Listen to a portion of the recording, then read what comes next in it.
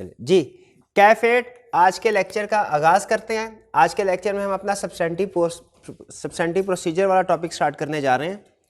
इसमें कल आपको याद होगा मैंने आपके साथ अप्रोच शेयर की थी कि सब्सटेंटिव प्रोसीजर के एक तो टाइप्स ऑफ क्वेश्चंस क्या हैं वो हमने डिस्कस कर लिए थे, और फिर हमने जो फ्रीक्वेंटली परफॉर्म प्रोसीजर्स हैं वो डिस्कस किए थे। और आपको मैंने एक होम असाइनमेंट दी थी, वो एक पेज था जिसके ऊपर आपने टिक मार्क करने थे। वो प्रैक्टिस करना आपके लिए बहुत ज़रूरी है, क्योंकि वो प्रैक्टिस करने से आप इस काबिल हो जाएंगे कि किसी भी एरिया में जो ज़्यादातर प्रोसीजर परफॉर्म होते हैं उनके साथ आप फेमिलियर हो जाएं। उम्मीद है आपने वो असाइनमेंट कर ली होगी। अगर असाइनमेंट नहीं की वो, तो पहले वो असाइनमेंट कर लीजिए, फिर उसके बाद ये लेक्चर सुनिएगा तो आपको ज़्यादा फायदा होगा। स्टडी करने जा रहे हैं अब क्या हम आगे जो हमारे 5-6 लेक्चर्स होंगे इस चैप्टर में वो किस तरीके से डिलीवर होंगे वो सुन लीजिए। मैं डेली बेसिस के ऊपर 1 या 2 एरियाज़ या 3 एरियाज़, डिपेंड करता है। अगर बड़ा एरिया हुआ, जैसे आज एक बड़ा एरिया था, तो वो सिर्फ मैंने एक एरिया सेलेक्ट किया है, non current asset, tangible non current assets का। अगर छोटा एरिया होगा तो हो सकता है एक दिन में एक लेक्चर में हम 3 एरियाज़ कवर कर रहे हों, दरमियाना हुआ तो एक लेक्चर में 2 एरियाज़। तो ये मेरा डिसीजन होगा कि आज के लेक्चर में मैंने एक एरिया आपको पढ़ाना है, 2 एरियाज़ पढ़ाने हैं या 3 एरियाज़ पढ़ाने हैं। जो एरिया होगा वो मैं आपके साथ शेयर कर लूँगा। उस एरिया के अंदर जो प्रोसीजर परफॉर्म करने हैं वो भी आपके साथ 1 बाय 1 मैं शेयर कर लिया करूँगा। आपने क्या करना है, उन प्रोसीजर्स को नोट कर लेना है, और फिर पहले तो समझना है कि हाँ वाकई इस एरिया में ये प्रोसीजर परफॉर्म होना चाहिए। फिर उसके बाद उसको नोट कर लेना और डेली बेसिस के ऊपर याद करना है। मैंने आपको याद होगा कहा था डेली बेसिस पे याद करेंगे ये चैप्टर तो फिर याद होगा, वरना अगर आपने अभी याद ना किया तो फ्यूचर में भी आपसे ये याद नहीं होगा। तो ये ज़रूरी है कि डेली बेस पे आप इसको याद कर लें। अच्छा, याद कैसे करना है उसके लिए अभी फ़िलहाल आप एक काम कीजिए कि आज के लेक्चर के एंड पे आपको मैटर जो भी सामने नज़र आ रहा होगा व्हाइट बोर्ड पे लिखा, वो सारा आपने अपने हाथ से नोटबुक पे लिखना है। और फिर वो जो कीवर्ड्स होंगे, जैसे हम यहाँ पे जो कीवर्ड्स लिख रहे हैं, ये कीवर्ड्स है, इनको आपने याद कर लेना। ठीक है, ये कीवर्ड्स याद करने हैं, बजाय ये कि आप बुक से वो सारा खोल के उसको याद करें, क्योंकि बुक में सेंटेंस फॉर्म में लिखा हुआ है। पूरा सेंटेंस याद करना स्टूडेंट के लिए मुश्किल होता है, लेकिन कीवर्ड्स याद करना स्टूडेंट के लिए आसान होता है। तो जो कीवर्ड्स होंगे, जो लिखा हुआ है, प्रोसीजर सारे वही जो आपकी बुक में लिखे हुए हैं, लेकिन सामने क्या किया है हमने, उसमें से कीवर्ड्स निकाल के आपने सामने रख दिए हैं। अब आपने जब याद करना है तो इन कीवर्ड से याद करना है, लेकिन बुक में जो लिखा हुआ उसको भी रीड कर लीजिएगा, ताकि एग्जाम में जब क्वेश्चन आए तो आप सेंटेंस फॉर्म में लिखने के काबिल हों। आज का जो एरिया सेलेक्ट किया है मैंने वो है टेंजिबल नॉन करंट एसेट्स, और प्रोबेबली ये वो एरिया है जो सबसे ज़्यादा दफ़ा ICAP ने पास्ट पेपर में टेस्ट किया है। एक ये एरिया और एक और एरिया है प्रोविजन एंड कंटीजेंसी वगैरह, जिसमें लिटिगेशन वगैरह होती हैं, उससे रिलेटेड हम प्रोसीजर लिखते हैं। Tangible non current assets, book का रेफरेंस भी आपके सामने मौजूद है। हाँ, ख़ास तौर पे रिटर्न असाइनमेंट, आपने रिटर्न असाइनमेंट लाजमी करनी है, लाजमी करनी है। पहले लिख के याद कर लीजिए, और याद करने के बाद कोशिश करें कि असाइनमेंट आप अटेम्प्ट करें। ये रिप्रोडक्शन के क्वेश्चन है 2, ये आपने रिटर्न फॉर्म में अटेम्प्ट करने हैं, और फिर वॉल्यूम 2 में से ये 2 क्वेश्चन हैं, यानी क्वेश्चन नंबर 1 का पार्ट 1 और क्वेश्चन नंबर 13 का पार्ट 2। बाकी का क्वेश्चन आपने जैसे क्वेश्चन नंबर 1 पढ़ने होंगे, बाकी का सारा क्वेश्चन पढ़ना है, लेकिन इसका सिर्फ पार्ट 1 अटेम्प्ट करना है, पार्ट 2 को आपने रीड भी नहीं करना। ठीक है, लेकिन ऊपर नीचे क्वेश्चन की जो बेसिक इन्फॉर्मेशन दी होती है, जिसमें प्रॉफिट वगैरह का जिक्र कर रहा होता है, जो रिक्वायरमेंट्स हैं वो आपने पढ़नी है। लेकिन सिचुएशन कौन सी, इसमें प्रोबेबली 2 या 3 सिचुएशन होंगी, जितनी भी सिचुएशन है आपने सिर्फ रेलिवेंट सिचुएशन करनी है। कौन सी? पार्ट 1 की। और इसी तरह क्वेश्चन नंबर 13 का पार्ट 2 करना सिर्फ आपने रिटर्न। अगर आप वॉल्यूम 2 यूज़ नहीं कर रहे, ICAP के क्वेश्चन बैंक यूज़ कर रहे हैं, तो ICAP के क्वेश्चन बैंक में प्रैक्टिस थोड़ी सी कम है। इसमें फिर आपने ICAP का क्वेश्चन नंबर 27 पार्ट 2 ये रिटन फॉर्म में अटेम्प्ट करना होगा। तो ये तो आपकी होम असाइनमेंट याद रखें। बेहतर यह है वॉल्यूम 1 और वॉल्यूम 2 दोनों के क्वेश्चन सॉल्व करें, लेकिन फ़र्ज़ कीजिए अगर आपके पास ज़्यादा टाइम नहीं है, यानी याद करने में कुछ टाइम लग गया और बाकी इतना टाइम नहीं है कि दोनों वॉल्यूम की रिटन प्रैक्टिस कर सकें, तो आपने कम से कम वॉल्यूम 2 की प्रैक्टिस लाजमी करनी है। वॉल्यूम 2 के ये 2 क्वेश्चन लाजमी, इसके बगैर आपने नेक्स्ट लेक्चर में मूव नहीं करना। ठीक है, साथ साथ केस स्टडी की प्रैक्टिस करें, ताकि आपको पता चले कि इस कंसेप्ट को एग्जाम में वो कैसे टेस्ट करता है और आपने उसको कैसे अटेम्प्ट करना। अच्छा, आगे चलने सब्सटेंटिव प्रोसीजर की तरफ चलने से पहले मैं एक कंसेप्ट आपके साथ शेयर करना चाहता हूं, रिस्क का। फर्ज कीजिए अगर कोई आपसे पर्सन ये पूछता है कि बताइए डेटर्स के एरिया में क्या मिस स्टेटमेंट हो सकती हैं? बिल्कुल हो सकती है, किसी भी एरिया में मिस स्टेटमेंट हो सकती है। डेटर्स के एरिया में principal risk of misstatement क्या है, यानी डेटर्स के एरिया में क्या क्या मिस स्टेटमेंट हो सकती हैं बताइए। कि हो सकता है कुछ लेटर्स को रिकॉर्ड ना किया गया हो, शाबाश, और बैड डेट रिकॉर्ड ना किए गए हो, प्रोविजन सही कैलकुलेट ना की गई हो, ठीक है, और अंडरस्टेटेड ओवरस्टेटेड, थोड़ा सा हमें सोचना पड़ता है। अब इसी तरह अगर मैं आपसे कहूं कि पेरोल में क्या principal risk of misstatement है, फेक एम्प्लॉइज हो सकता है कि रिकॉर्ड हुए हों, जो पेरोल का वेज रेट है वो हो सकता है कम या ज्यादा, कैलकुलेशन में गलती हो सकती है, बिल्कुल ठीक है, आप बता रहे हैं लेकिन थोड़ा सा सोच के। इसी तरह फिक्स एसेट में अगर मैं आपसे पूछूं क्या principal risk of misstatement है, क्या बताएंगे आप? उसकी डेप्रिसिएशन हो सकता है ठीक रिकॉर्ड ना हुई हो सकता है कि वो खराब हो गया, उसका इंपेयरमेंट लॉस रिकॉर्ड करना हो, अगर रिवैल्यूएशन है तो हो सकता है उसकी वैल्यू ठीक ना रिकॉर्ड, बिल्कुल आपको बता ठीक रहे हैं लेकिन थोड़ा सा सोचना पड़ रहा है, और इसमें आप कंप्लीट रिस्क नहीं बता पा रहे, मतलब जो बताए हैं वो ठीक है, वो गलत नहीं है, वो ठीक है, लेकिन इसके अलावा भी रिस्क है जो भी आपके जहन में नहीं आ रहे। मैं आपको एक अप्रोच बताता हूं, छोटा सा हिंट है, इसको आप अपने जहन में बिठा लीजिए, उसके बाद आपसे जिंदगी में कभी भी कोई भी सीनियर प्रैक्टिस में भी जाके आपसे पूछे ना किसी भी एरिया में, बताओ इसमें क्या principal risk of misstatement है, क्या क्या गलतियां हो सकती हैं, एक अप्रोच बता रहा हूं, आपने उस अप्रोच को सामने रखे उसे सारे जो रिस्क ऑफ मिस स्टेटमेंट है वो बता देने। अप्रोच क्या है? सबसे पहले जहन में असर्शंस ले। अब देखिए, अब एक मैंने आपसे फिक्स एसेट्स के principal risk of misstatement पूछे ना, अब आप मेरे से पूछें सर बताइए फिक्स एसेट्स में ज्यादातर क्या रिस्क, क्या मिस स्टेटमेंट हो सकती हैं, बताइए रिस्क ऑफ मिस स्टेटमेंट क्या है, मिस स्टेटमेंट क्या? अब देखिए मैंने आपको रिस्क ऑफ मिस स्टेटमेंट बताना है, मैं कैसे सोचूंगा, मैं कहूंगा फिक्स एसेट पूछा, फिक्स एसेट की असर्शन कौन सी होती है, जो भी असर्शंस है वन बाय वन मैं आपको ये कह दूंगा कि ये असर्शन हो सकता है पूरी ना हो, वो उसका रिस्क ऑफ मिस स्टेटमेंट हो जाएगा। जैसे फिक्स एसेट्स में पहली असर्शन कौन सी आपके जहन में आ रही है, 6 असर्शन होती है ना, पहली एग्जिस्टेंस, तो मैं क्या कहूंगा कि रिस्क है क्या कि जो फिक्स एसेट रिकॉर्ड हुए हो सकता है एक्चुअली एग्जिस्ट ना करते हो, एग्जिस्टेंस की असर्शन हो गई भाई, ये रिस्क है ना कि रिकॉर्ड हुए एक्चुअली एग्जिस्ट ना, चोरी हो गए हो, खा पी गए हो, बेच गए, एग्जिस्ट ना करते हो। दूसरी असर्शन बताइए कंप्लीटनेस, हो सकता है कि सारे के सारे एसेट्स जो परचेज किए गए हैं वो रिकॉर्ड ना किए गए हो, कुछ एसेट्स रिकॉर्ड होने से रह गए हो, रिस्क हो सकता है ना, 2 रिस्क हो गए।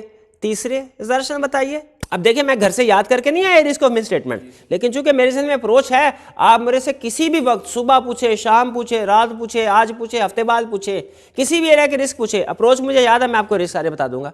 अगली असर्शन, अच्छा असर्शन नहीं याद, रिवाइज करने वाली है, एग्जिस्टेंस है, कंप्लीटनेस है, और बताइए हाँ वैल्यूएशन एंड एलोकेशन वाले, ठीक है, एक्यूरेसी वैल्यूएशन एलोकेशन।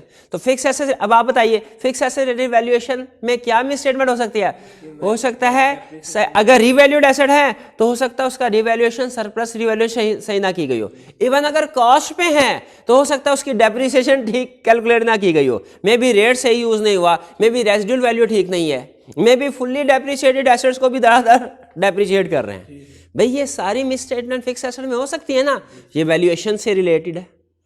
तो 3 असर्शन बताइए, मैंने आपको तीनों में रिस्क बता दिया। अगली असर्शन बताइए, शाबाश। क्लासिफिकेशन, हो सकता है कि फिक्स एसेट्स में रिपेयर एक्सपेंसेस की मिस क्लासिफिकेशन हो गई हो, या फिक्स एसेट्स किसी दूसरे अकाउंट में क्लासिफाई हो गए, यानी कोई दूसरा अकाउंट फिक्स एसेट में भी आ सकता है और फिक्स एसेट दूसरे का, इसे कहते हैं miss classification between revenue and capital expenditure, ये भी हो सकता, 4 हो गए। उसके अलावा प्रेजेंटेशन, एंड कि प्रेजेंटेशन में हमेशा रिस्क क्या होता है कि जो एरिया प्रेजेंट या डिस्क्लोजर्स दिए गए हैं वो हो सकता है आईएफआरएस के मुताबिक ना हो, क्योंकि पता है आपको पता है कि आईएफआरएस बताता है कि किस तरीके से प्रेजेंट करना है, चीज़ों को डिस्क्लोज करना है। जैसे IAS 2 क्या ये बताता है कि आपने इन्वेंट्री को करंट एसेट में प्रेजेंट करना है, और इससे रिलेटेड डिस्क्लोजर रिक्वायरमेंट्स क्या हैं, IAS 2 बताता है।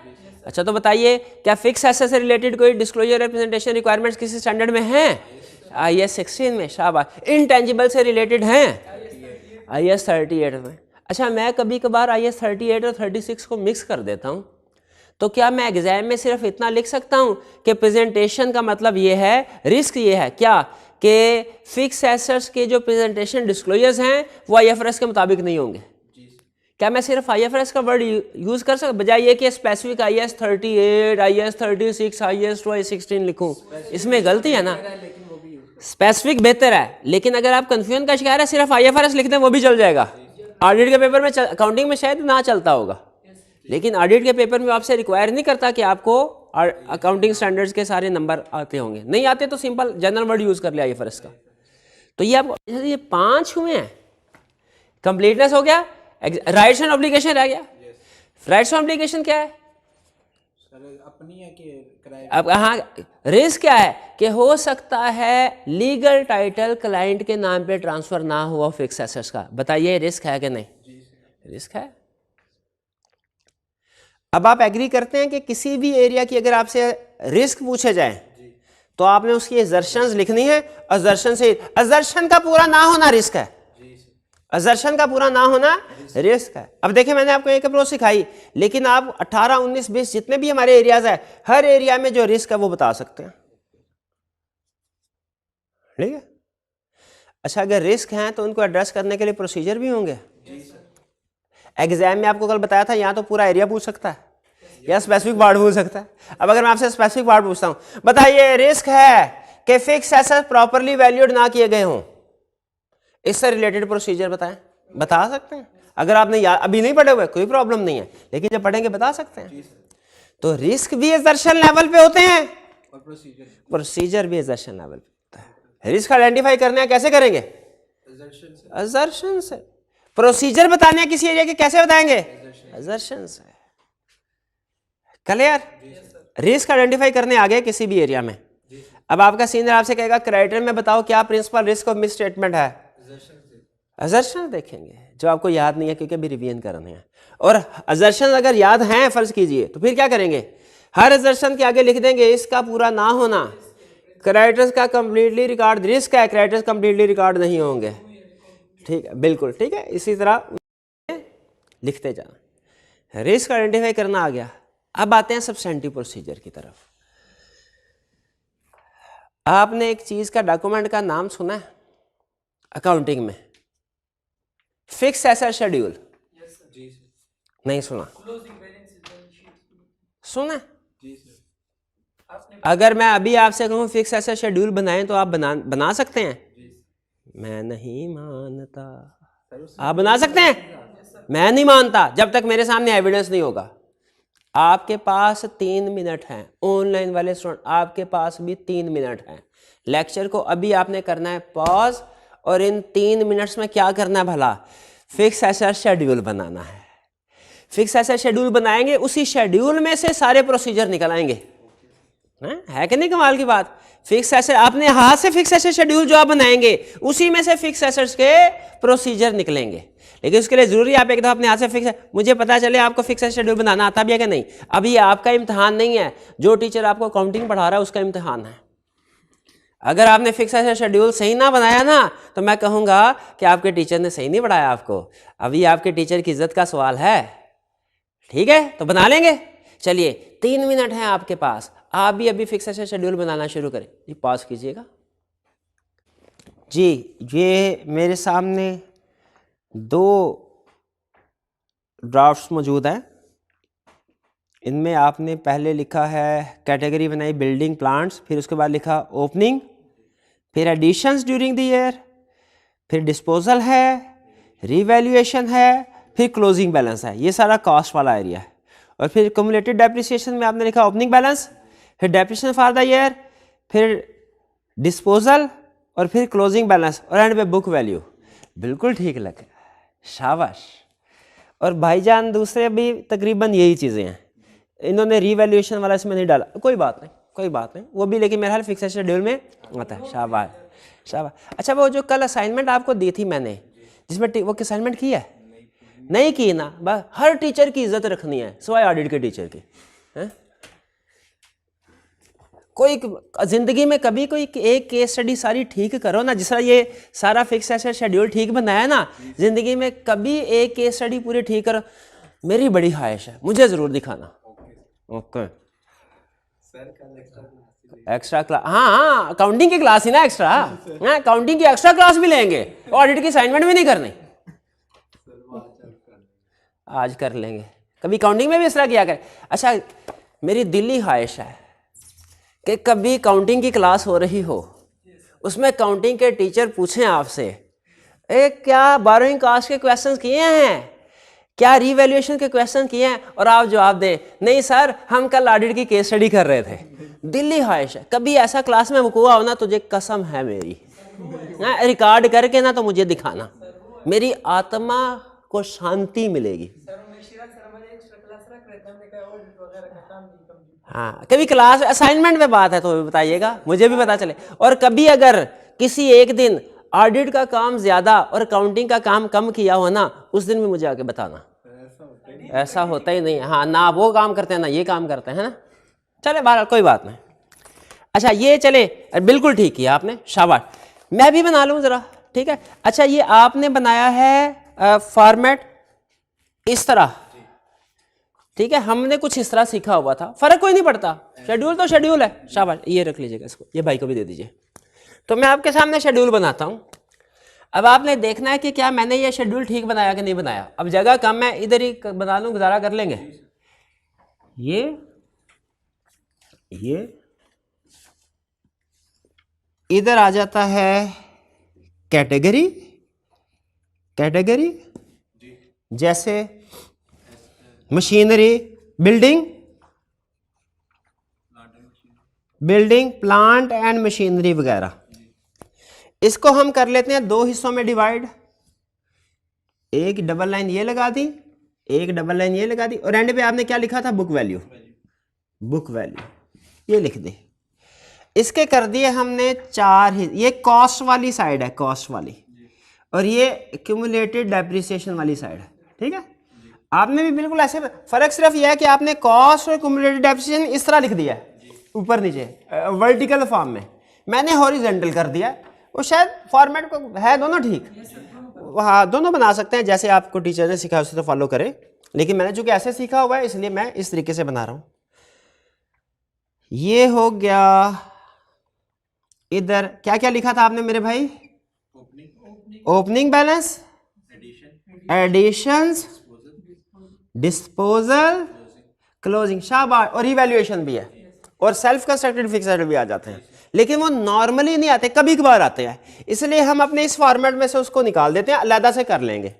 रीवैल्यूएशन वाली चीजें और सेल्फ कंस्ट्रक्टेड फिक्स एसेट्स, वो भी तो फिक्स एसेट एडिशन हो रही है ना, आते हैं ना, ठीक है, लेकिन वो चूंकि रेयर होता है, कभी कभार होता है, नॉर्मली नहीं होता, तो इसीलिए किसी केस में जैसे आपने रिवैल्यूएशन वाली बात लिख ली, उन भाई ने रिवैल्यूएशन वाली बात नहीं लिखी, इस तरह हो सकता है किसी ऑनलाइन सोर्स ने जब बनाया हो सेल्फ कंस्ट्रक्टेड फिक्स एसेट्स को भी ऐड कर दिया हो, जिसका कंसेप्ट ज्यादा स्ट्रांग है, लेकिन मेरा ख्याल है वो नॉर्मली नहीं करवाते इसमें से, बहरहाल प्रैक्टिकली, लेकिन सेल्फ कंस्ट्रक्टेड फिक्स एसेट भी इसमें आ जाता है। अच्छा एक्यूमुलेटेड डेप्रिसिएशन है, इसमें क्या था, इसी तरह opening balance, depreciation for the year, disposal, closing. अच्छा आप पढ़ने की कोशिश करेंगे, आपको समझ नहीं आएगी, है ना, लेकिन मैं साथ साथ बोल रहा हूं इसीलिए ताकि समझ आ जाए। समझ आ रही है, ये है फिक्स, ये कहलाता है फिक्स एसेट शेड्यूल। ये क्या कहलाता है भाई, ये क्या कहलाता है, इसमें आगे बुक वैल्यू, इस बुक वैल्यू का टोटल किधर जाता है, बैलेंस शीट में, शाबाश, बैलेंस शीट में जाता है। अच्छा इसमें लिखा हुआ है प्लांट एंड मशीनरी का टोटल, कितनी मशीनरी है, कौन कौन सी मशीनरी है, अगर इसमें व्हीकल लिखा हो कितनी व्हीकल है, कौन कौन सी व्हीकल है, इधर नहीं लिखा हुआ, वो कहां से पता चलेगा, item wise description, fix asset register से, शाबाश। तो ये फिक्स एसेट शेड्यूल बेसिकली, इसके ऊपर लिख भी देना, फिक्स एसेट शेड्यूल लिख देना, लिखते हैं ना, फिक्स्ड एसेट शेड्यूल, ये हमने लिख दिया। ये बेसिकली जो बैलेंस शीट का टोटल होता है उसका ब्रेकअप है, ये बैलेंस शीट का टोटल उसका ब्रेकअप है। लेकिन ये अभी भी सफिशिएंटली डिटेल्ड नहीं है, क्योंकि इसमें इंडिविजुअल आइटम वाइज डिटेल नहीं आ रही। व्हीकल है तो कितनी व्हीकल्स हैं, सुजुकी की कौन सी है, होंडा की कौन सी है, ठीक है। मशीनरी है तो कौन कौन सी मशीनरी है, आइटम वाइज अमाउंट आ रही होती है ना टोटल। ये फिक्स ऐसा शेड्यूल एग्रीगेट बेसिस पे बनता है, टोटल अमाउंट आ रही होती है। Individual item wise detail fix ऐसा शेड्यूल में नहीं आ रही होती है। कहाँ आ रही होगी, फिक्स ऐसा। अच्छा जरा गैस कीजिए अगर आपको कंसेप्ट समझ आ रहा है। हमने जो फिजिकल वेरिफिकेशन करनी होती है फिक्स ऐसा शेड्यूल को लेके जाते हैं कि फिक्स ऐसा रजिस्टर को, रजिस्टर को, क्योंकि आइटम वाइज डिटेल रजिस्टर में आ रही है। वहां से हम क्लाइंट को कहते हैं भाई ये वाला एसेट दिखाओ किधर है, ये वाला एसेट दिखाओ किधर है, ये वाला एसेट दिखाओ किधर है। तो फिक्स एसेट शेड्यूल और फिक्स रजिस्टर में फर्क समझ आया, नहीं आया। Fix asset schedule fix register में फर्क समझ नहीं आया, आ गया। बताइए क्या फर्क है। फिक्स एसेट शेड्यूल जो होता है वो aggregate, fix asset schedule aggregate होता है, और रजिस्टर रजिस्टर में item wise individual item wise detail होता है। शाबाश। इनमें से कौन सा फाइनेंशियल स्टेटमेंट का हिस्सा बनता है, schedule. Schedule. Register financial statement का हिस्सा नहीं बनता, वो क्लाइंट डिटेल बना के हमें देता है। चलिए ठीक हो गया। अब टारगेट अपने ज़हन में रखें। टारगेट क्या है कि बैलेंस शीट में जो ये फिगर आ रही है उसको वेरीफाई करना है। बैलेंस शीट में आने वाली फिगर वेरीफाई करनी है, तो इसका मतलब ये हुआ कि अगर आप उसको वेरीफाई करना चाहते हैं तो चूंकि वो फिगर इस फिक्स एसेट शेड्यूल से बनी है, तो फिक्स एसेट शेड्यूल को वेरीफाई कर लें, तो जो फिक्स एसेट्स की फिगर आ रही है वो ऑटोमेटिकली वेरीफाई हो जाएगी। एग्री करते हैं, बिल्कुल। अच्छा ये ज़हन में रखिएगा, टेंजिबल नॉन करंट एसेट बढ़ा रहा हूँ, इनटेंजिबल नहीं बढ़ा रहा, वो तो कल पढ़ाऊंगा। मोनेटाइजेशन जिसमें गुडविल होती है या डेवलपमेंट कॉस्ट अदर इंटेंजिबल, वो आज नहीं पढ़ा, कल पढ़ाऊंगा। Tangible non current asset balance sheet में आ रहे थे, उसकी डिटेल फिक्स एसेट शेड्यूल है। अगर फिक्स एसेट शेड्यूल को वेरीफाई कर लें तो बैलेंस शीट में tangible non current asset verify हो जाएगी। तो उसका मतलब हमारा ऑब्जेक्टिव है शेड्यूल को वेरीफाई करना है। इस शेड्यूल को वेरीफाई करने के लिए इसकी एक एक चीज़ को वेरीफाई करना होगा। एग्री करते हैं। अब सुनिए ज़रा ध्यान से, फिर ना कहिएगा सर ये क्या कर दिया आपने। कॉस्ट साइड वेरीफाई करनी है, एक्यूमुलेटेड डेप्रिसिएशन साइड के दोनों। फिक्स एसेट्स को वेरीफाई करने के लिए, टेंजिबल नॉन करंट एसेट्स को वेरीफाई करने के लिए कॉस्ट साइड भी करनी है verify, accumulated depreciation. Agreed. Cost में ओपनिंग बैलेंस भी है, एडिशन भी है, डिस्पोजल भी है, क्लोजिंग बैलेंस भी है। क्या ओपनिंग बैलेंस वेरीफाई करने की जरूरत है? नहीं। हालांकि हम करते हैं लेकिन हमारे सिलेबस से बाहर है। प्रैक्टिकली करते हैं लेकिन हमारे सिलेबस से बाहर है। यही बात आपको पता है प्लानिंग में भी बताई थी। Opening balance, additional procedures in planning, initial audit, ठीक है। तो ये हमारे सिलेबस से बाहर है, इसलिए ओपनिंग बैलेंसेस को हमने, ओपनिंग बैलेंसेस में सिर्फ एक काम करते हैं, पिछले साल की फाइनेंशियल स्टेटमेंट से रिकॉर्ड से मैच कर लेते हैं, वही है कि हो रहा है। ये वही होने चाहिए जो पिछले साल रिपोर्ट हुए। क्या हमें एडिशंस फिक्स एसेट्स को वेरीफाई करने के लिए एडिशंस टू फिक्स एसेट को वेरीफाई करना चाहिए? ये देखें, ये इधर और ये इधर एडिशंस वेरीफाई हो रही हैं। फिक्स एसेट्स के प्रोसीजर्स में नॉन करंट एडिशंस हैं, क्योंकि फिक्स एसेट शेड्यूल में थी। डिस्पोजल को वेरीफाई करना चाहिए, करना। इधर देखें, फिक्स एसेट्स के सब्सटेंटिव प्रोसीजर में डिस्पोजल है, ये है, ठीक है। क्यों? क्योंकि फिक्स एसेट शेड्यूल में थे। क्या क्लोजिंग बैलेंस को वेरीफाई करना चाहिए? बिल्कुल, क्लोजिंग बैलेंस वेरीफाई हो रहा है। यानी फिक्स एसेट शेड्यूल को वेरीफाई कर देना आप, तो आपके सारे प्रोसीजर्स पूरे हो जाते हैं। हमने असल में जो अप्रोच बनाते हैं ना फिक्स एसेट को वेरीफाई करने की, वो अप्रोच असल में होती है फिक्स एसेट शेड्यूल को वेरीफाई करने की। एक्यूमुलेटेड डेप्रिसिएशन, ओपनिंग बैलेंस को वेरीफाई करने की जरूरत है? नहीं, वो पिछले साल के साथ मैच है लेकिन हमारे सिलेबस में नहीं है। उसके ऊपर पूरा एक स्टैंडर्ड है जो मैं बताता हूँ ओपनिंग बैलेंस को कैसे वेरीफाई करना, 5-10 वाला नहीं करना। डेप्रिसिएशन को वेरीफाई करने की जरूरत है? यस है ना। तो देखिए डेप्रिसिएशन है, ये आ गया डेप्रिसिएशन। क्लियर हो रहा है? डिस्पोजल को वेरीफाई करने की जरूरत है, लेकिन वो तो ऑलरेडी यहां पे हो चुका है। अब खुद मुझे बताइए, जब कोई फिक्स एसेट डिस्पोज हुआ है तो उसकी कॉस्ट और क्यूमुलेटेड डेप्रिसिएशन वो दोनों डिस्पोजल अकाउंट में डाल देते हैं, क्योंकि एक डालते हैं दूसरी नहीं, तो डिस्पोजल के अंदर दोनों ही वेरीफाई हो जाते हैं। और क्यूमुलेटेड डेप्रिसिएशन का क्लोजिंग बैलेंस वेरीफाई करने की जरूरत, क्योंकि ये कौन सा टेंजिबल है, वेरीफाई करने। अगर आपने पहली 3 चीजें वेरीफाई कर ली है ना, तो ये ओपनिंग ऐड लेस होके क्लोजिंग ऑटोमेटिकली बन जाता है। ये बैलेंसिंग फिगर है एक तरह से। इसका क्लोजिंग बैलेंस वेरीफाई किया था, क्यों? क्योंकि उसकी फिजिकल एग्जिस्टेंस होती है, मौजूद है। क्यूमुलेटेड डेप्रिसिएशन का बैलेंस मौजूद नहीं होता। तो इसका मतलब फिक्स एसेट शेड्यूल बनाया, उसमें हमने एडिशंस को भी वेरीफाई करना है। डिस्पोजल एग्जाम में या तो आपसे पूरा क्वेश्चन पूछ सकता है, जो कि कल क्या बताया था, चांस है, ज्यादा चांस है कि कम चांस है? कम, बहुत कम चांस है कि और ज्यादा चांस क्या है? कोई एक एरिया पकड़ लेगा एडिशन, कोई एक पोर्शन पकड़ लेगा। एडिशन के प्रोसीजर बताओ, डिस्पोजल के बताओ, क्लोजिंग बैलेंस के बताओ, डेप्रिसिएशन के बताओ, डिस्पोजल के बताओ, यहाँ रीवैल्यूएशन के बताओ। रीवैल्यूएशन भूल गए? रीवैल्यूएशन के बताओ। और यहाँ कह सकता है सेल्फ कंस्ट्रक्टेड के बताओ। रीवैल्यूएशन के अक्सर पूछता है, ठीक है। इन सब एरियाज में से जो उसका फेवरेट है ना, वो रीवैल्यूएशन है। और सेल्फ कंस्ट्रक्टेड फिक्स एसेट्स की अभी लेटेस्ट टाइम में पूछे उसने, तो अब तो नहीं पूछेगा ना, अब तो इसको छोड़ दे फिर। क्या ऐसा हमें सोचना चाहिए कि एक टॉपिक में से अभी क्वेश्चन सेट किया, अब अगली टाइम में नहीं पूछेगा, उसको छोड़ देते हैं? नहीं, थ्योरी में ऐसे ही नहीं होता, ऐसे नहीं होता। आपको उसके एग्जामिनर कमेंट चाहिए। अगर एग्जामिनर कमेंट्स में कह दे स्टूडेंट की परफॉर्मेंस अच्छी है, तो समझ लो अब शायद ना टेस्ट करे। ये टेस्ट करेगा भी तो 1-2 नंबर के लिए। लेकिन अगर उसने कह दिया कि स्टूडेंट्स की परफॉर्मेंस अच्छी नहीं है, तो समझ लीजिए अगली एक या दूसरी अटेम्प्ट में उसको दोबारा चेक करेगा। ये है रिस्क असेसमेंट है। एग्जामिनर देखता है जिसमें स्टूडेंट की परफॉर्मेंस वीक हो, जब तक स्टूडेंट उसमें अपनी परफॉर्मेंस अच्छी नहीं करता, उस टॉपिक को टेस्ट कर रहा होता है। जैसे एक्सटर्नल कंफर्मेशन, कहने को छोटा सा टॉपिक है, उसका फेवरेट टॉपिक बना हुआ है। आप देखें 3-3, 4-4 अटेम्प्ट में, 5 अटेम्प्ट हुई ना, 4 में क्वेश्चन मिलेगा आपको, 5 में 4। क्यों? उसूली तौर पे तो एक में टेस्ट कर लिया, अगले में नहीं आना चाहिए। परफॉर्मेंस नहीं जब तक आप सही करेंगे, वो उसमें से टेस्ट पूछता रहेगा। तो इसलिए सेल्फ कंस्ट्रक्टेड भी हम करेंगे।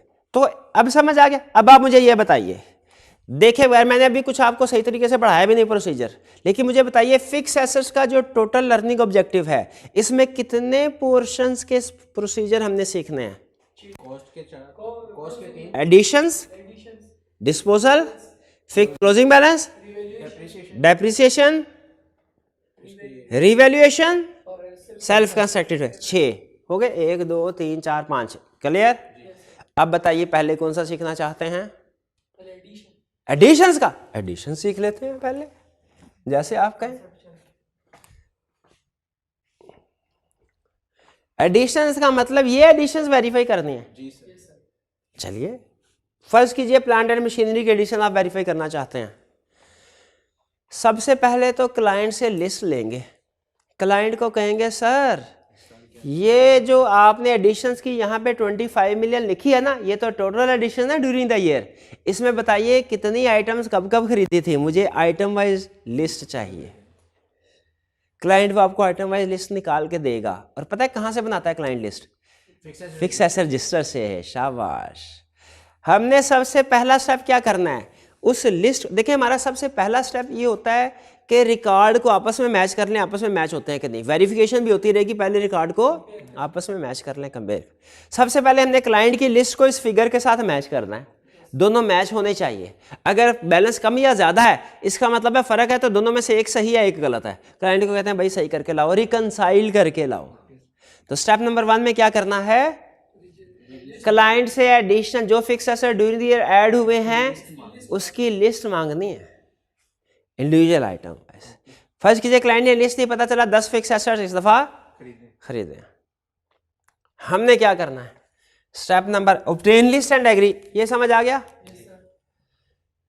फिर इंस्पेक्ट करें, सैंपल सेलेक्ट कर लें। अगर बड़ी बड़ी आइटम है तो चाहे सारी सेलेक्ट कर लें, छोटी छोटी अमाउंट्स हैं निस्बतन कंपैरेटिवली, तो फिर सैंपल सेलेक्ट कर लें। सैंपल सेलेक्ट करके सबसे पहले चेक करें ऑथराइजेशन। फिक्स एसेट को बेचने के लिए आपको पता है डायरेक्टर्स की ऑथराइजेशन चाहिए। ये कंपनी लॉ में पढ़ा है आपने, पावर्स ऑफ डायरेक्टर, डायरेक्टर्स की पावर है, फिक्स एसेट खरीद भी सकते हैं बेच भी सकते हैं, लेकिन उनकी अप्रूवल चाहिए। वो सर्टन अमाउंट भी होती थी, कोई पता नहीं 1 मिलियन होती थी कि 10 लाख कि 1 लाख होती थी, बहरहाल चले जो भी होती थी, हमें अमाउंट उधर इतना डिटेल जानने की जरूरत नहीं है। लेकिन ये तो आपको पता है ना डायरेक्टर्स की अप्रूवल होती है फिक्स एसेट खरीदने के लिए बेचने के लिए। तो सैंपल सेलेक्ट करें फिक्स एसेट जो एड परचेज की हैं, परचेजेस कर रहे हैं ना, एडिशन। ऑथराइजेशन देखें डायरेक्टर्स की है कि नहीं, डायरेक्टर की मर्जी से खरीदे जाने चाहिए।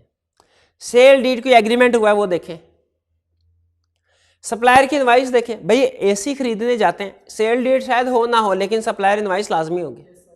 और डिपेंड करता है फिक्स एसेट के लिहाज से, किसी में सेल डीड है किसी में इनवाइस, किसी में दोनों।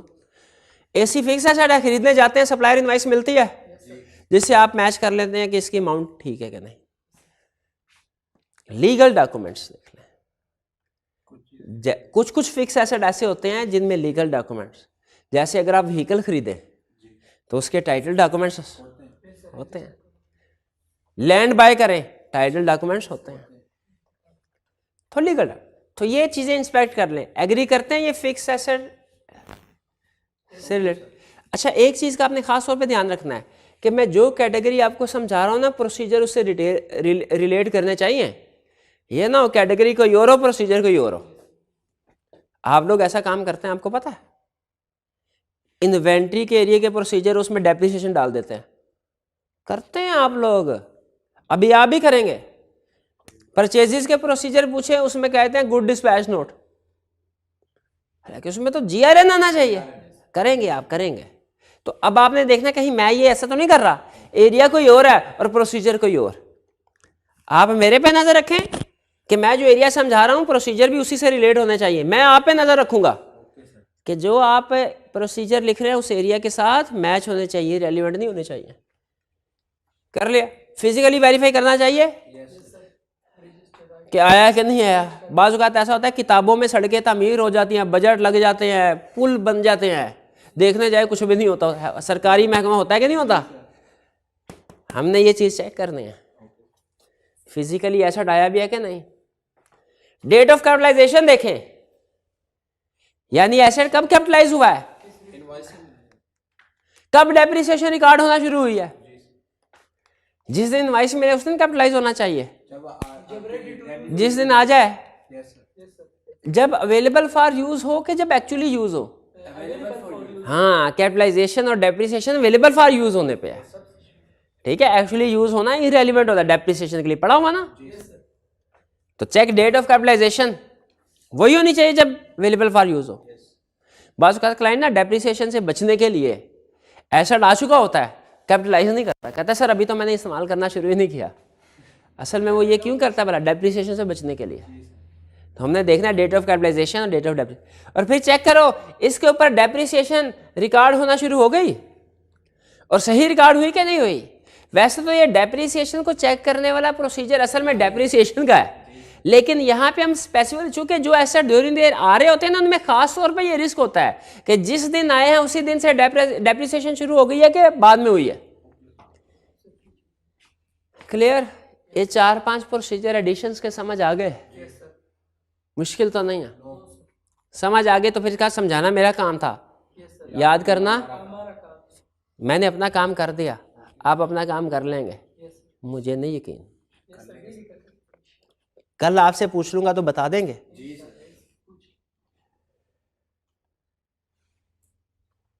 आगे चलते हैं, आगे बताएं। एडिशन हो गया, अब यहां पे मैंने एडिशन के साथ डबल टिक कर दिया ताकि सनद रहे और बवक्त जरूरत काम है। ये ना थोड़ी देर बाद आप कहें सर ये दोबारा समझाते हैं, ठीक है। ले भाई आ जाए वापस फिक्स एसेट शेड्यूल की तरफ। आपने कहा सर एडिशन समझना है, पहले एडिशन समझा दिया, अब बताइए क्या समझना है। अब आपकी बारी। डिस्पोजल, डिस्पोजल, डिस्पोजल, डिस्पोजल पे आ जाए। सबसे पहले क्या काम करना है खुद बताएं।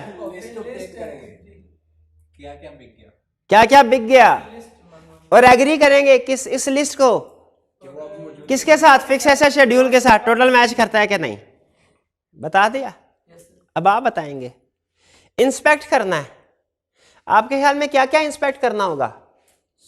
सेल डीड, सेल डीड, जो एग्रीमेंट हुआ है जिस कीमत पे, सेल डीड, और इनवॉइस, इनवाइस जो हमने जनरेट की होगी, जाहिर है जितने पे एग्री हुआ कि बिकेगी, और उसके डॉक्यूमेंट तो दे दिया वो। अथोराइजेशन नहीं देखनी कि कोई भी जिसका दिल करे आज सर्दी ज़्यादा है, आज ये इसको बेचते हैं इसी को और हलवा खाते हैं, ऐसे होना चाहिए नो सर, कि डायरेक्टर्स की अप्रूवल होनी चाहिए। ऐसा थोड़ी एम्प्लॉय की मर्जी है, जब उनका दिल किया पैसों की जरूरत पड़ी एसेट बेच दिया। सर वो तो सेल डीड से पता लग जाएगा, डायरेक्टर भी सेल डीड पता है यानी प्रूफ कर। नहीं डायरेक्टर से बाज का तो अप्रूवल दे के किसी जूनियर एम्प्लॉय को कहते हैं भाई बाकी के काम तुम करो। वो हो सकता है उन्होंने सीएफओ को कहा हो सकता है मैनेजर अकाउंट को कहा हो कि बेच दो और एंट्री वगैरह करो। ऑथराइजेशन डायरेक्टर की आएगी, परचेजेज में थी, सेल्स में भी थी, लॉ में भी, डिस्पोजल के लिए भी अप्रूवल थी, एडिशंस के लिए भी अप्रूवल थी। भूल गया ना लॉ में मैनेजमेंट वाला टॉपिक, पावर्स ऑफ डायरेक्टर, उसमें 2 पॉइंट थे, भूल गए यहाँ। चले इंस्पेक्शन हो गई, फिजिकल वेरिफिकेशन एडिशन में है, डिस्पोजल में नहीं है। क्यों? वो मौजूद ही नहीं है मौजूद ही नहीं, वो तो बेच दिया, बेच दिया। ये तो खरीदा था तो मौजूद होना जरूरी था, इसमें फिजिकल वेरिफिकेशन है, इसमें नहीं है। Check removal from books, fix asset register से रिमूव कर दिया हो, लेजर से भी रिमूव। अच्छा लेजर में सिर्फ कॉस्ट से रिमूव किया हो कि क्युमुलेटिव डेप्रिसिएशन से भी रिमूव किया हो? अब क्या था जब काउंटिंग में डिस्पोजल, मुझे अभी तक याद है डिस्पोजल अकाउंट बनाते थे ना, तो एक साइड पे कॉस्ट आती थी, दूसरे एक्यूमुलेटेड डेप्रिसिएशन आते थे, और एक्यूमुलेटेड डेप्रिसिएशन में सबसे बड़ा मसला होता था वो कैलकुलेशन करनी होती थी। वो कहता 3 साल पहले खरीदा है, 3.5 साल पहले और इस रेट पे खरीदा है, बताओ क्या। वो बड़ी कैलकुलेशन, WDV का ज़्यादा, लेकिन वो बाद में एक फार्मूला याद हो गया था जिसमें एक ही झटके में हम सारी डेप्रिसिएशन कैलकुलेट कर लेते है ना। तो इसलिए हमने ये देखना है कि बुक से रिमूव हो गया हो, और फिर ये रीकैलकुलेट करना, ये जो है ना रीकैलकुलेट गेन और लॉस ऑन डिस्पोजल, ये क्या है, हाँ ये चेक करना कि सही कॉस्ट एंटर की गई है।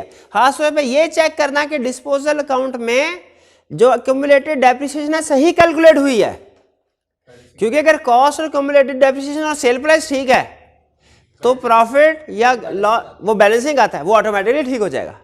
तो अगर आप किसी फिक्स एसेट को डिस्पोज किया, उस पे गेन और लॉस को चेक करना चाहते हैं सही है कि नहीं, उसके लिए आपको कॉस्ट देखना पड़ेगा, क्यूमुलेटेड डेप्रिसिएशन, और जितने में बिका सेल प्राइस देखनी पड़ेगी।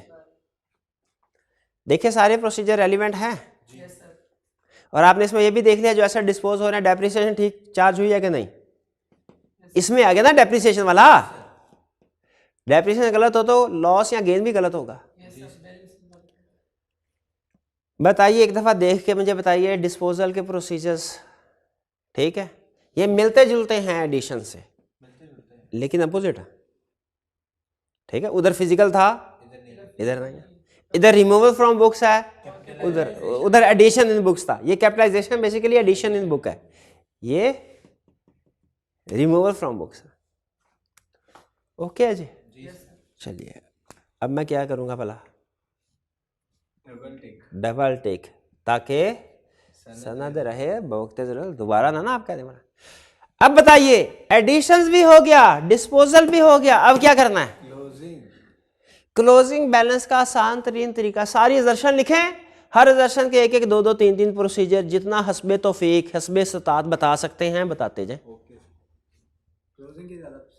क्लोजिंग के ज्यादा प्रोसीजर है, लेकिन मैंने प्रोसीजर लिखे ही नहीं, साइंस असर्शन लिखी है, इसलिए कि मैं चाहता हूं आपको रट्टा ना लगाना पड़े, जहां पे बचत हो सके वहां पे कर ले, हर जगह पे बचत नहीं मुमकिन। मैंने क्या किया, सबसे पहले तो ये देखे 2-2, 4 दोषी असर्शन लिखी। पहले देखें फिक्स एसेट की यही असर्शन बनती है, इसमें कट ऑफ तो नहीं आ गई, यही असर्शन है। अच्छा चले, फिक्स एसेट में हम अगर वो आपसे कहे कि क्लाइंट की बैलेंस शीट में 200 मिलियन के फिक्स एसेट आ रहे हैं, कैसे वेरीफाई करेंगे? बताइए, क्या ये एडिशन का प्रोसीजर पूछ रहा है? क्या डिस्पोजल के प्रोसीजर पूछ रहा है? क्या रीवैल्यूएशन के प्रोसीजर पूछ रहा है? रीवैल्यूएशन का तो उसने नाम ही नहीं क्वेश्चन में लिया, अगर नाम लिया होता तो हम कहते हैं रिवैल्यूएशन का प्रोसीजर है। रिवैल्यूएशन का नाम नहीं लिया तो रिवैल्यूएशन के प्रोसीजर नहीं, क्लोजिंग बैलेंस के प्रोसीजर। सबसे पहले कंप्लीटनेस, असर्शन सारी लिखें। बताइए किस असर्शन का प्रोसीजर बताऊं? कंप्लीटनेस। हमने ये देखना है कि क्या एसेट्स कंप्लीटली रिकॉर्ड हो गया कि नहीं। कंप्लीटनेस का प्रोसीजर्स, एक आपको वो प्रोसीजर बता दूं जो हर एरिया की कंप्लीटनेस के लिए परफॉर्म होता है। Yes sir. बैलेंस शीट की फिगर को बुक्स की फिगर के साथ मैच कर लें। एग्री। कल बताया था ना, एग्री। तो बताइए इसमें कंप्लीटनेस को इंश्योर करने के लिए एग्री करेंगे किसको, किसके साथ करेंगे? एग्री करेंगे बैलेंस शीट की अमाउंट को किसके साथ? फिक्स एसेट शेड्यूल के साथ। और किसके साथ? फिक्स एसेट रजिस्टर के साथ। और किसके साथ? टी काउंट के साथ भी। टी काउंट के साथ भी सारी जितनी भी चीजें जहां जहां फिक्स एसेट्स आ रहे होते हैं, जहां जहां रिक्वायरमेंट, उन सबको एग्री कर ले, मैच होने चाहिए, कंप्लीटनेस हो गई। ठीक है, एग्री कर लिया रिकॉर्ड के साथ। और फिर फिजिकल वेरिफिकेशन। लेकिन ठहर जाए, फिजिकल वेरिफिकेशन से तो एग्जिस्टेंस वेरीफाई होती है। फिजिकल वेरीफाई से तो हम वेरिफिकेशन कंफर्म करते हैं कि एसेट एग्जिस्ट कर रहा है कि नहीं कर रहा। कंप्लीटनेस कैसे हो सकती है? क्योंकि जब कंपेयर कर रहे होते हैं तो इसलिए कि हम एक तीर से एक शिकार भी कर सकते हैं। माहिर खिलाड़ी हो 2 शिकार भी कर सकता है, और अगर उससे भी ज्यादा एक्सपर्ट हो 3 शिकार भी कर सकता है। यानी एक प्रोसीजर से जूनियर जो होगा वो एक असर्शन ही वेरीफाई करेगा, सेमी सीनियर होगा एक प्रोसीजर से 2 असर्शन वेरीफाई कर लेगा, और अगर सीनियर होगा एक प्रोसीजर से।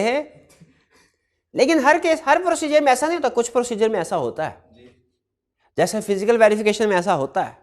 अब जरा देखिएगा, मैं क्लाइंट के पास गया, मैंने क्लाइंट से कहा ये मेरे पास है फिक्स एसेट रजिस्टर। अब आपने प्रोसीजर, मैं बताऊं, है सारे प्रोसीजर फिजिकल वेरिफिकेशन के दौरान ही परफॉर्म होंगे, बताना आपने फर्क क्या है। मैंने क्लाइंट से कुछ पूछा, ए क्लाइंट ये मेरे पास फिक्स एसेट रजिस्टर तुमने दिया है, इसमें फिक्स एसेट आ रहे हैं 35, बताओ ये वाला फिक्स एसेट किधर है? इन्होंने कहा सर वो लगा हुआ है। मैंने यहां से लिस्ट से आइटम सेलेक्ट की, लिस्ट से आइटम, रिकॉर्डेड अमाउंट से आइटम, मैंने ये लिस्ट में से आइटम और देखा फिजिकली मौजूद है कि नहीं गोदाम में। लिस्ट से आइटम सेलेक्ट की, देखा फिजिकली मौजूद है कि नहीं। लिस्ट से आइटम सेलेक्ट की, देखा फिजिकली मौजूद है कि नहीं। प्रोसीजर ये भी फिजिकल वेरिफिकेशन। असर्शन कौन सी वेरीफाई हो रही है? एग्जिस्ट। ये वाला प्रोसीजर लिखेंगे एग्जिस्टेंस में कि सैंपल सेलेक्ट किया कहां से? और चेक किया कहां पे? मौजूद है कि नहीं। यह है एग्जिस्टेंस। अब सुने, फिजिकली गए गोदाम में और कहा अच्छा ये फिक्स एसेट तुम्हारे गोदाम में पड़े हैं, यहां से सैंपल सेलेक्ट किया और कहा बताओ ये रिकॉर्ड किया है कि नहीं, इधर किधर रिकॉर्ड किया है? Yes sir, completeness. Flow to list भी कह सकते हैं इसको। याद है वो अकरेंस और कंप्लीटनेस, वो जो चैप्टर 3 में पढ़ा था, जो जीडीएन। शाबाश। ये एक तरह से जब मैं फिजिकली एसेट उठा रहा हूं ना, तो मैं जीडीएन उठा रहा हूं और देख रहा हूं इधर रिकॉर्ड हुआ है कि नहीं, ये कंप्लीटनेस है। और अगर मैं जो रिकॉर्ड हुआ इसमें से सैंपल उठाऊं और देखो फिजिकली मौजूद है कि नहीं, एग्जिस्टेंस। जो सेल्स वाले केस में हम इसको कहते थे अकरेंस। फर्क समझ आया? है ये भी फिजिकल वेरिफिकेशन। लेकिन अब की बार जब मैं गोदाम में से एसेट्स उठा के कह रहा हूं लिस्ट में दिखाओ किधर है, कौन सी दर्शन है? कंप्लीटनेस। और अगर मैं एसेट्स को देख रहा हूं साथ साथ ये भी देखूं ये टूटा फूटा तो नहीं है, अगर सही है तो इसका मतलब है वैल्यू ठीक है। और अगर लगे ये टूट गया, ये फूट गया, तो फिर इसका मतलब क्या है? कोक ऑडिट करने के लिए गया, मैंने देखा ये बोतल पड़ी हुई है, हाँ भाई सही है, बिल्कुल सही है, मैं कहूँ हाँ इसको 100 रुपये बिल लिख दो। अगली बोतल देखी उसका ढक्कन उतरा हुआ था, फिजिकल कंडीशन उसकी ठीक नहीं है, उतर सारी गैस ही निकल गई है। अब क्या 100 रुपये की बिकेगी ये? नहीं, 100 रुपये भी नहीं बिकते, 15, 20, 25 रुपये भी ज्यादा से ज्यादा। ठीक है, ऐसे ही होगा ना। तो इसका मतलब अगर हम फिजिकल वेरिफिकेशन के दौरान एसेट्स की कंडीशन भी देखें, फिजिकल कंडीशन कैसी है, ठीक है तो पूरी वैल्यू पे लिखे, ठीक नहीं है तो एनआरवी पे लिखे। ये कौन सी सेशन वेरीफाई हो रही है? वैल्यूएशन है। ये भी वही प्रोसीजर फिजिकल वेरिफिकेशन का, एंगल थोड़ा सा चेंज हुआ, वैल्यूएशन हो गया। ठीक है, वैल्यूएशन में एक और प्रोसीजर है। अगर आप किसी एसेट की वैल्यूएशन को कंफर्म कर, एक और प्रोसीजर है जो बेहतरीन, डेप्रिसिएशन चेक कर लो, लेकिन वो मैं यहां नहीं आपको बता रहा। कहां बताऊंगा? डेप्रिसिएशन में। लदा से जो है ना, एग्जाम में अगर आपसे कहे डेप्रिसिएशन के प्रोसीजर बताओ, डेप्रिसिएशन फिक्स एसेट, आप डेप्रिसिएशन के प्रोसीजर बताएंगे। अगर एग्जाम में आपसे पूछे कि बताओ फिक्स एसेट्स की वैल्यूएशन ठीक हुई है कि नहीं, इसके प्रोसीजर में भी डेप्रिसिएशन आएगा। ठीक है, वैल्यूएशन एलोकेशन में सम टाइम कॉस्ट भी आ जाता है अगर मार्क्स ज्यादा हो, लेकिन नॉर्मली ज्यादा नहीं होते, इसलिए कॉस्ट को मैं ज्यादा फोकस नहीं कर रहा। डेप्रिसिएशन, जब कभी आपसे पूछे डेप्रिसिएशन के प्रोसीजर बताओ, कौन सा प्रोसीजर बताएंगे? डेप्रिसिएशन के। जब कभी आपसे पूछे फिक्स एसेट्स की वैल्यूएशन से रिलेटेड प्रोसीजर बताओ, और अगर कहे फिक्स एसेट्स डीवैल्यू करवाए हैं, अब वैल्यूएशन के प्रोसीजर बताओ, अब डेप्रिसिएशन के नहीं बताने।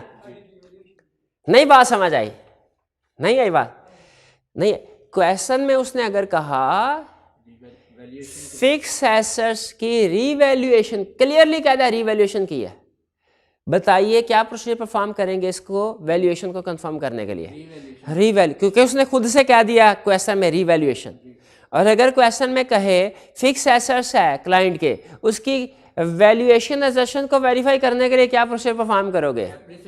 क्योंकि अब उसने नहीं कहा कि एसेट रीवैल्यूड पे है, तो मतलब कॉस्ट में है, नॉर्मली कॉस्ट में ही होते हैं। तो ऐसे एसेट्स की वैल्यूएशन से मतलब क्या होता है? डेप्रिसिएशन, क्योंकि अगर डेप्रिसिएशन सही है तो एसेट सही वैल्यू पे है, डेप्रिसिएशन गलत है एसेट गलत वैल्यू पे है। तो अगर रीवैल्यूएशन का लफ्ज क्वेश्चन में यूज कर दे, कसम है आपको कि आपने रीवैल्यूएशन के प्रोसीजर लिखने हैं, डेप्रिसिएशन के लिखने की जरूरत नहीं। और अगर क्वेश्चन में रीवैल्यूएशन का लफ्ज इस्तेमाल ना करे, फिक्स एसेट के प्रोसीजर रीवैल्यूएशन का, तो फिर रीवैल्यूएशन के प्रोसीजर नहीं लिखने, डेप्रिसिएशन। तो ये क्लियर हो गया, एग्जिस्टेंस के भी, वैल्यूएशन के भी बता दिए, कंप्लीटनेस के भी बता दिए। वैल्यूएशन के एक तो फिजिकल वेरिफिकेशन का कंडीशन देख लो, और दूसरा डेप्रिसिएशन।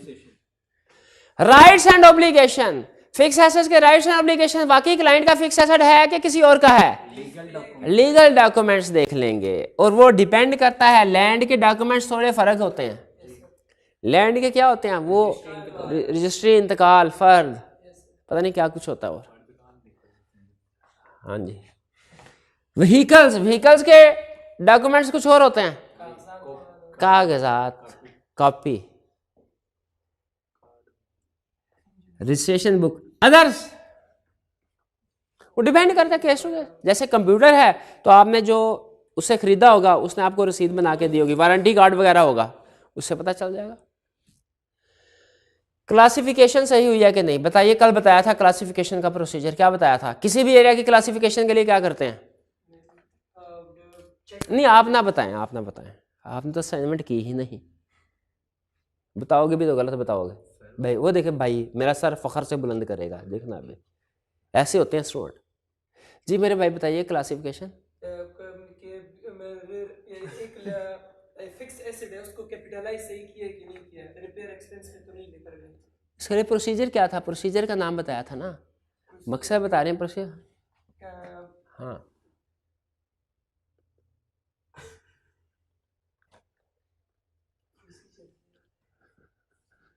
कोई बात नहीं, रिवीजन नहीं की ना। स्कैन लेजर, स्कैन लेजर कहना चाह रहे हैं ना? हाँ तो कहे ना, स्कैन लेजर। स्कैन लेजर में क्या करते हैं हम? टी काउंट को स्कैन कर लेते हैं, उससे हमें पता चल जाता है फिक्स एसेट के एरिया में छोटी छोटी अमाउंट मिस क्लासिफिकेशन है, रिपेयर एक्सपेंस में बड़ी बड़ी अमाउंट्स कल सिखाए थे ना 3-4 कि नब्ज चेक करके मर्ज बताना, जैसे हकीम लुकमान करता था। तो हम हकीम लुकमान से कम है क्या? हम भी बैलेंस शीट पे हाथ फेर के बता देते हैं भाई इधर गलती होगी इधर, और सच में भी ऐसा होता है। इनकम स्टेटमेंट बैलेंस शीट दोनों सामने होते हैं। जो सीनियर हमारे पार्टनर्स होते हैं ना फर्म्स के, उनमें ये स्किल होती है। प्रेजेंटेशन का मतलब क्या है ये भी बताया था। सही तरह प्रेजेंट किया कि नहीं? करें प्रेजेंट सही तरह। क्वेश्चन किया आपने, केस स्टडी प्रेजेंट किया सही तरह आपने आज तक? नहीं। ओ भाई प्रोसीजर बताओ, कैसे इंश्योर करेंगे प्रेजेंटेशन सही है कि नहीं? डिस्क्लोज हम देखेंगे कि आईएफआरएस के मुताबिक रिक्वायर्ड डिस्क्लोजर रिप्रेजेंटेशन की गई है कि नहीं की गई। क्लोजिंग बैलेंस का प्रोसीजर हो गए। क्लोजिंग बैलेंस, फिक्स एसेट्स में क्लोजिंग बैलेंस को कंफर्म करने के लिए हमारी अप्रोच क्या है? पहले एजर्शन सारी लिखी और हर एजर्शन के एक एक दो दो प्रोसीजर लिखते गए। हाँ, डेप्रिसिएशन के मैंने आपको नहीं बताए क्योंकि वो थोड़े ज्यादा प्रोसीजर हैं, तो वो अलहदा से एरिया पूछता है। डेप्रिसिएशन का नॉर्मली अलग है, वरना डेप्रिसिएशन के प्रोसीजर क्लोजिंग बैलेंस में भी फिट कर सकते हैं अगर मार्क्स ज्यादा आ जाए। कैसे भला? वैल्यूएशन में, क्योंकि डेप्रिसिएशन सही, वैल्यू सही फिक्स एसेट की, डेप्रिसिएशन गलत, फिक्स एसेट की वैल्यू भी गलत। इसी तरह डेटर्स में भी सिखाऊंगा आपको, डेटर्स की वैल्यूएशन के प्रोसीजर में भी सिखाऊंगा। प्रोविजन फॉर बैड डेट, ठीक, तो डेटर्स की वैल्यू भी, और प्रोविजन फॉर बैड डेट के प्रोसीजर ज्यादा सिखाऊंगा। इसी तरह इन्वेंट्री में भी सिखाऊंगा वैल्यूएशन में। क्या? इन्वेंट्री की एनआरवी ठीक तो वैल्यू भी ठीक, और अगर एनआरवी गलत वैल्यू भी गलत। लेकिन एनआरवी के प्रोसीजर ज्यादा सिखाऊंगा। अगर मार्क्स ज्यादा मार्क्स का क्वेश्चन आ जाए आप वैल्यूएशन के अंदर भी फिट कर सकते। ये तीनों सेशन डेटर्स में भी तो है, वैल्यूएशन लोकेशन सेशन डेटर में भी तो है, इन्वेंट्री में भी तो है, लेकिन वो जब आएगी फिर देख लेंगे। अभी तो इससे निपट लें। क्लोजिंग बैलेंस से निपट लिया। अब बताइए, एडिशन आपने कहा एडिशन बता दिया, डिस्पोजल आपने कहा डिस्पोजल बता दिया, क्लोजिंग बैलेंस आपने कहा क्लोजिंग बैलेंस बता दिया। अब और बताएगा डेप्रिसिएशन, डेप्रिसिएशन आ जाए, no problem. Review fix asset register को देखो, सारे के सारे एसेट पे डेप्रिसिएशन कैलकुलेट हो गई है कि नहीं? क्लाइंट हर फिक्स एसेट रजिस्टर में ना डिटेल होती है हर आइटम की, कब खरीदा, कितने साल हो गए, हर साल की डेप्रिसिएशन क्या है, ईयर एंड पे क्लोजिंग बैलेंस क्या है। हर एसेट का, इंडिविजुअल एसेट की डेप्रिसिएशन किधर कैलकुलेट होती है? रजिस्टर में।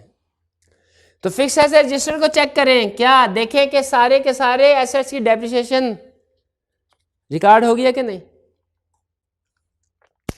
आपने स्कैन किया, कुछ फिक्स एसेट्स के आगे डेप्रिसिएशन का कॉलम खाली ही आ रहा था, इसका मतलब क्या है? वो अभी तक डेप्रिसिएशन स्टार्ट नहीं हुआ। अच्छा, फिक्स एसेट रजिस्टर में आपने बुक वैल्यू का कॉलम देखा, उसमें कुछ एसेट्स की वैल्यू नेगेटिव आ रही थी, डेप्रिसिएशन ज्यादा रिकॉर्ड हो गई। फुल्ली डेप्रिसिएटेड एसेट्स भी रिकॉर्ड हो जा रहे हैं, डेप्रिसिएट हो जाता है। तो हमने ये देखना चाहिए, एक तो ये देखना चाहिए फिक्स एसेट रजिस्टर में कि सारे के सारे एसेट्स की डेप्रिसिएशन रिकॉर्ड हो गई कि नहीं, होना चाहिए कि नहीं। फिर देखना चाहिए रिकैलकुलेट करके किसी एसेट की डेप्रिसिएशन ज्यादा तो नहीं चार्ज हो रही। मेरा एक क्लाइंट था, मुझे आज तक ऐसा, मेरी क्लास हुई थी ठीक ठाक, उसमें कुछ एसेट्स के WDV नेगेटिव आ रहे थे। मैंने टोटल मैच कर लिया, मैंने कहा ठीक है, डिटेल में काम ही नहीं की, आदत ही नहीं थी डिटेल काम करने की। सीनियर ने पूछने का फिक्स एसेट रजिस्टर निकाल, फिर कहते हैं जी नेगेटिव किधर है, किधर से आया। मैं कहा अल्लाह जाने किधर से आया। मैं कहा कभी एसेट का बैलेंस, एसेट की वैल्यू नेगेटिव भी होती है। मैं कहा पढ़ा तो ये था नहीं होती। मैंने कहा सचमुच में भी नहीं होती, ये कहाँ से आ रही नेगेटिव वैल्यू। फिर जब क्लास हुई उसके बाद डिटेल इन्वेस्टिगेशन की, क्या पता चला फुल ज़्यादा डेप्रिसिएट, फुल्ली डेप्रिसिएट एसेट्स को भी डेप्रिसिएट कर रहा था। तो आइंदा जब कभी आप फिक्स एसेट्स में डेप्रिसिएशन को चेक करेंगे, आपने डेप्रिसिएशन को रिकैलकुलेट जरूर कर लेना है, कहीं ज्यादा तो नहीं कर रहे। फिक्स एसेट रजिस्टर को भी चेक कर लेना है, क्या कहीं कम तो नहीं कर रहे, कुछ फिक्स एसेट की डेप्रिसिएशन रिकॉर्ड ही नहीं की। Compare rate of depreciation, depreciation procedure मैं बताऊंगा, रीजन आपने बतानी है कि क्यों हो रहा है।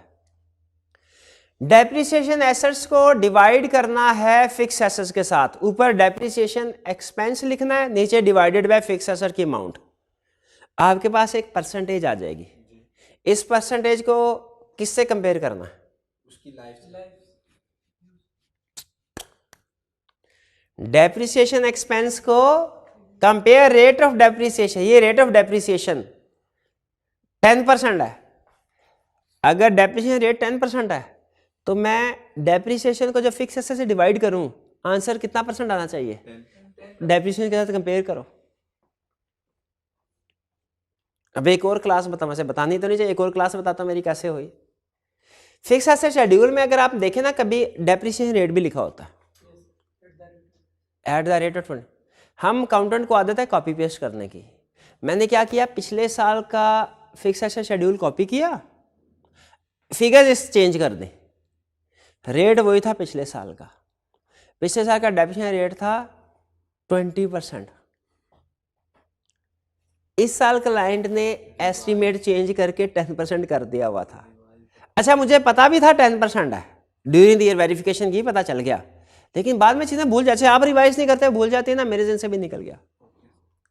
फिक्स एसेट शेड्यूल पार्टनर के सामने पहुंचा, पार्टनर ने एक ही कैलकुलेशन की, फिक्स एसेट शेड्यूल में डेप्रिसिएशन एक्सपेंस को डिवाइड किया कॉस्ट के साथ, डेप्रिसिएशन डिवाइड किया 25%, 20% आया, वो डिवाइड किया तो 10% आया, 10% चेंज करके 10% लिखा था, इधर लिखा हुआ था 20%।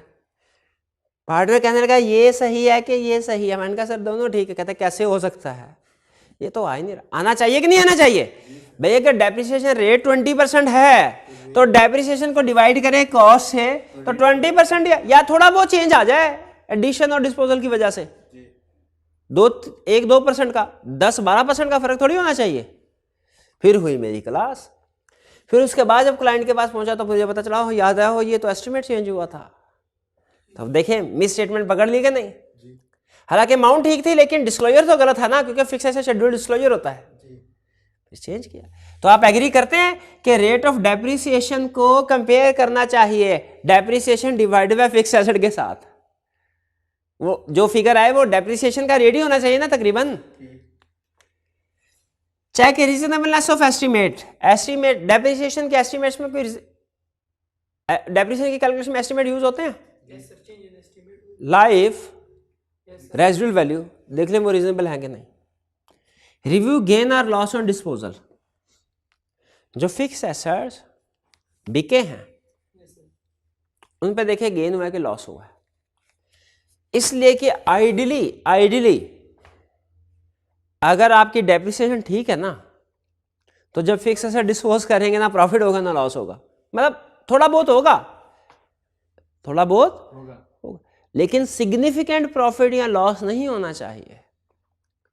आप खुद सोचे जरा, अगर आप डेप्रिसिएशन 100% ठीक कैलकुलेट करते रहे तो जब फिक्स एसेट को डिस्पोज करेंगे तो वो तकरीबन उसी प्राइस पे बिकेगा जो आपकी बुक वैल्यू है, अनलेस के मार्केट में कोई मेजर चेंज है, तकरीबन उसी प्राइस पे बिकेगा।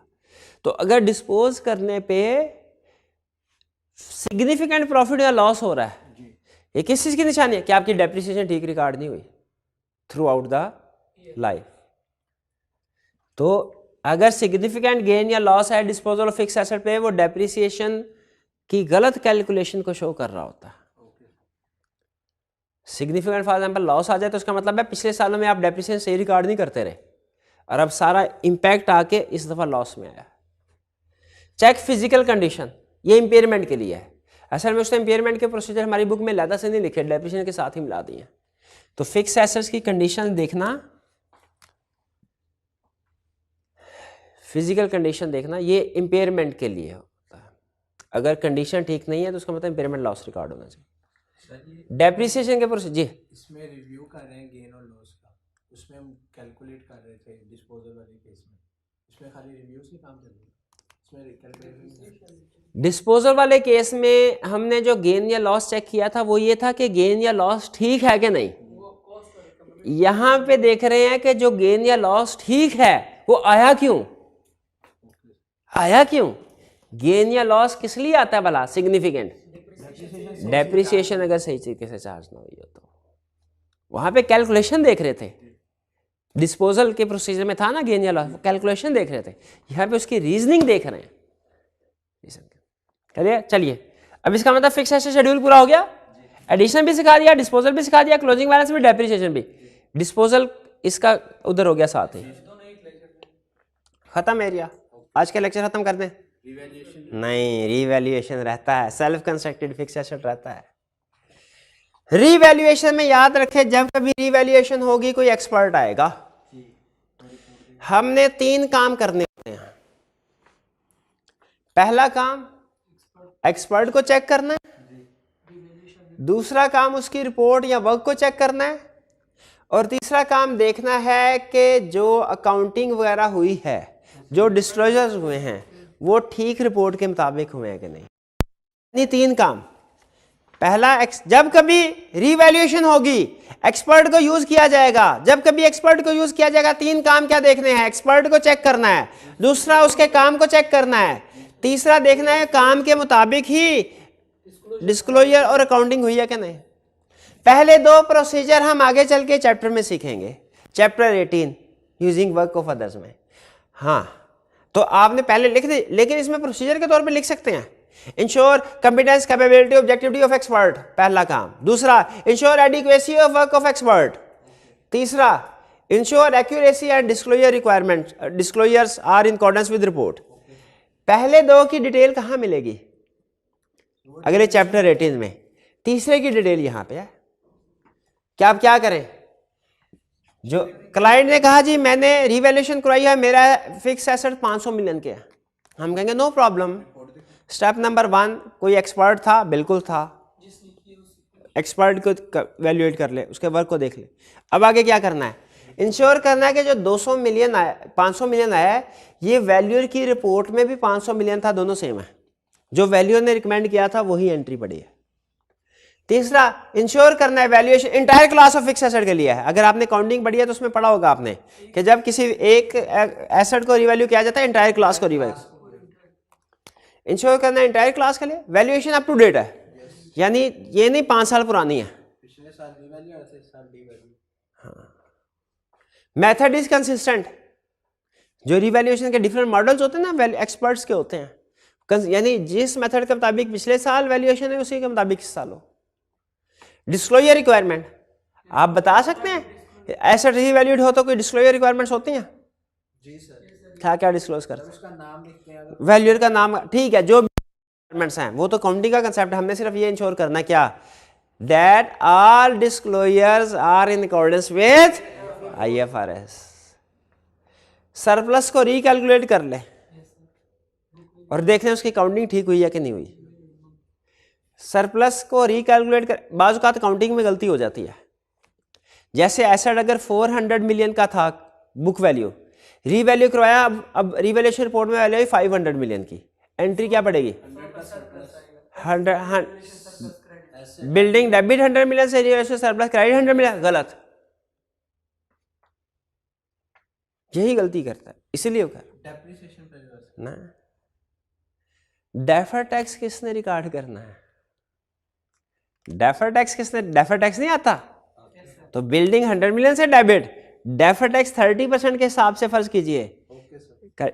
ऐसी इसी तरह होता ना डेफर टैक्स। तो यही देखना है ना, रिकैलकुलेट सरप्लस सही कैलकुलेट हुआ कि नहीं, उसका जो डेफर टैक्स इंप्लीकेशन थी ठीक हुई कि नहीं।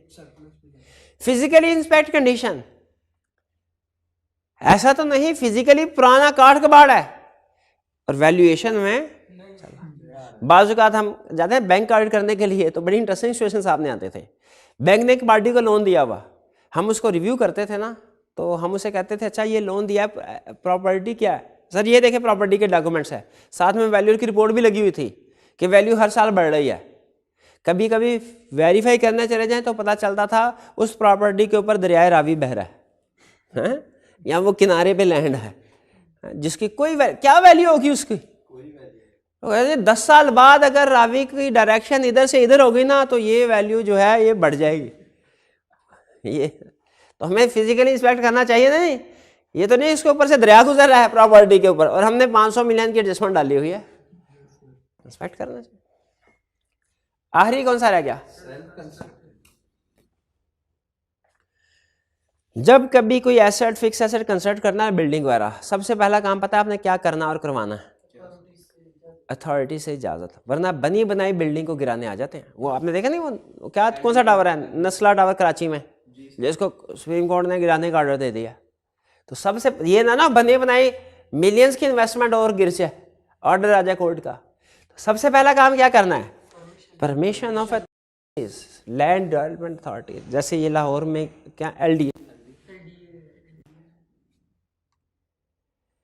अच्छा अब देखिए जब परमिशन होगी, अब जब कोई चीज कंस्ट्रक्ट होती है ना उसमें 3 तरह की कॉस्ट लगती है, मटेरियल, लेबर, ओवरहेड। जो मटेरियल लगा है वो किससे वेरीफाई करेंगे? सप्लायर की इनवाइस से।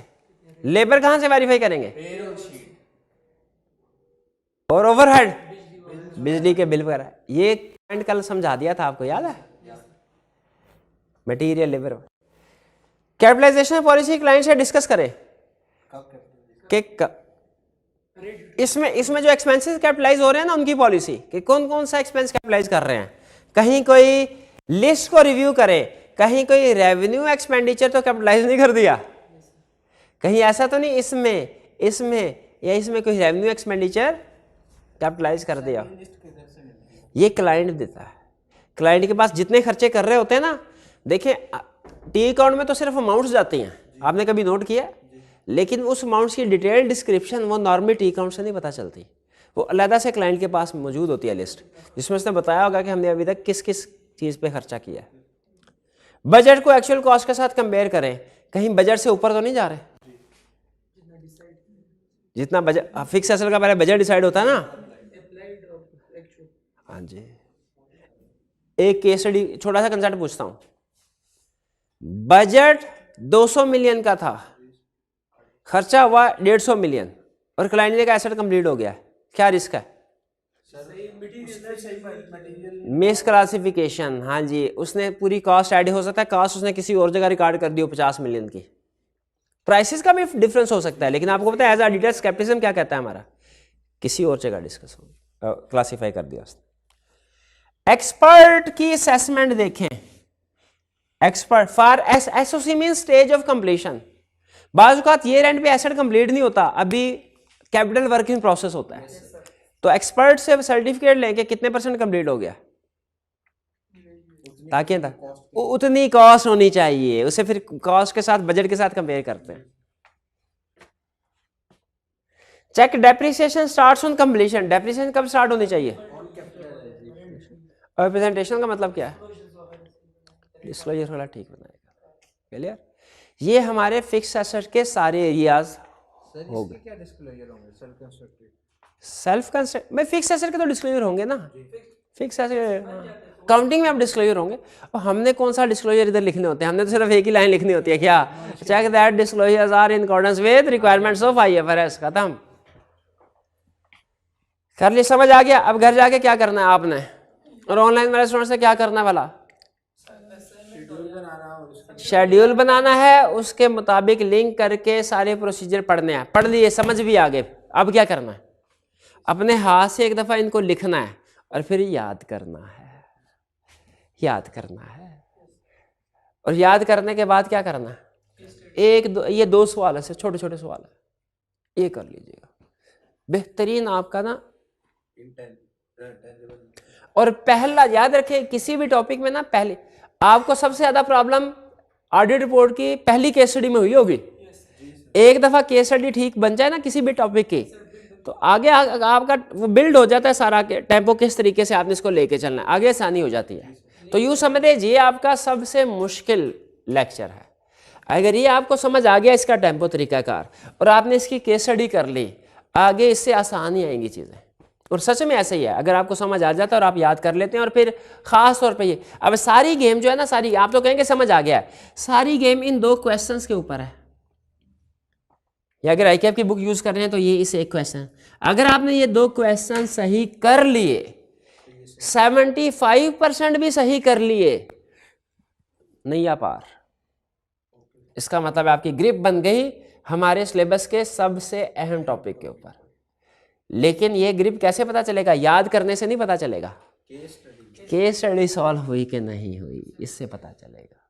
तो इस सॉल्व करेंगे केस स्टडी, पक्की बात है। चलिए आज का लेक्चर यहाँ पे ख़त्म करते हैं हम। अल्लाह हाफिज़।